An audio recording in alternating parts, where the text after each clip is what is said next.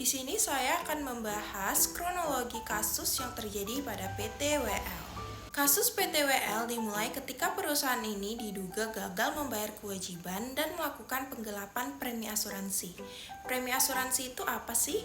Premi asuransi adalah sejumlah uang yang wajib dibayarkan oleh pemegang polis kepada perusahaan asuransi sebagai imbalan atas perlindungan ataupun manfaat asuransi yang diberikan. Premi ini biasanya dibayar secara berkala, seperti bulanan dan tahunan. Dalam penyelidikan lebih lanjut, Kejaksaan Agung memblokir ratusan rekening efek, termasuk milik PT WL. Selain itu, perusahaan menyatakan bahwa mereka belum bisa membayar seluruh hak para pemegang polis, tapi tetap berjanji akan melakukan pembayaran secara bertahap. PT WL juga menegaskan bahwa para pemegang polis tetap akan menerima haknya sesuai aturan yang berlaku. Baik, perkenalkan nama saya Claudia Daily. Saya akan melanjutkan untuk menjelaskan mengenai analisis audit kasus manipulasi keuangan PT WL tahun 2023. Langsung saja, untuk kronologi selanjutnya mengenai PT WL ini, pada 5 Desember 2022, OJK mencabut izin usaha perusahaan tersebut karena tidak mampu memenuhi rasio solvabilitas. Artinya, perusahaan tidak sanggup untuk menutupi selisih antara kewajiban dan aset-asetnya, termasuk dana dan pemegang saham. Setelah dilakukan verifikasi oleh tim likuidasi, diketahui bahwa total klaim gagal bayar kepada pemegang polis dan kreditur mencapai 11,29 ribu triliun. Masalah ini sudah berlangsung lebih dari 4 tahun dan telah mencapai total kerugian yang ditafsir mencapai 15,9 triliun. Ini menjadi pelajaran penting bahwa perusahaan asuransi harus dikelola dengan baik agar tetap atau mampu memenuhi kewajiban kepada nasabah. Kemudian kita masuk ke pelanggaran etika profesi dalam kasus PT WL. Yang pertama, laporan keuangan perusahaan dimanipulasi. Perusahaan menyajikan laporan keuangan yang tidak sesuai kenyataan untuk menutupi kondisi keuangan yang sebenarnya. Lalu yang kedua, ada pelanggaran objektivitas oleh akuntan publik. Akuntan publik tidak bersikap netral atau independen, bisa jadi karena tekanan atau kepentingan tertentu. Lalu yang ketiga, kurangnya sikap profesional dari akuntan atau kantor akuntan publik yang menangani laporan. Akuntan atau kantor akuntan tidak menjalankan tugas sesuai standar profesi, seperti tidak teliti atau tidak mematuhi kode etik. Lalu yang terakhir, ada akuntan dan KAP gagal mendeteksi adanya manipulasi dalam laporan keuangan. Akuntan dan KAP tidak mampu menemukan kesalahan atau kecurangan dalam laporan keuangan, padahal itu tanggung jawab mereka. Perkenalkan, nama saya Salsa Blarjika Mendani. Di sini saya akan menjelaskan tentang keputusan OJK terhadap AP dan KAP.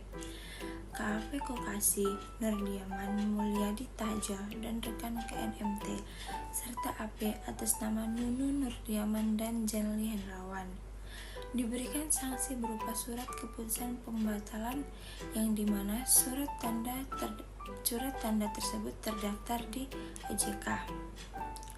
Surat tersebut berisi tentang AP Nudu Nurdiaman tidak diperkenakan memberikan jasa pada sektor keuangan pada tanggal 28 Februari 2023. Selanjutnya, Janli Hendrawan tidak diperkenakan memberikan jasa pada sektor keuangan sejak tanggal 24 Februari 2023 dan KAP KMT tidak diperkenakan menerima penugasan baru sejak telah ditetapkannya surat keputusan yang dimana surat tersebut wajib menyelesaikan kontrak penugasan audit atas laporan keuangan tahun 2022 yang telah diterima sebelum ditetapkannya keputusan paling lama pada tanggal 31 Mei 2023. Saya Safina Patricia Situmorang. Saya akan menjelaskan materi selanjutnya dengan judul pelanggaran kode profesi dari kasus perusahaan WL.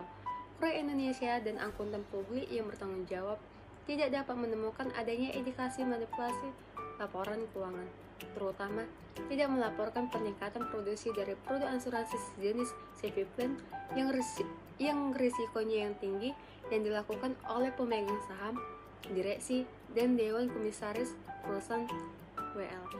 Hal ini tersebut membuat seolah-olah kondisi keuangan perusahaan WL dan tingkat kesehatan WL masih memenuhi tingkat kesehatan yang berlaku, sehingga pemegang polis tetap membeli produk perusahaan WL yang menjanjikan return yang cukup tinggi dan tanpa memperhatikan tingkat risikonya. Baik, perkenalkan nama saya Daniel Turnip.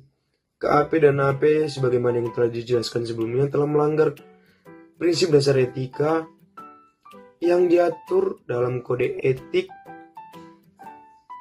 Akuntan Publik pada tahun 2021.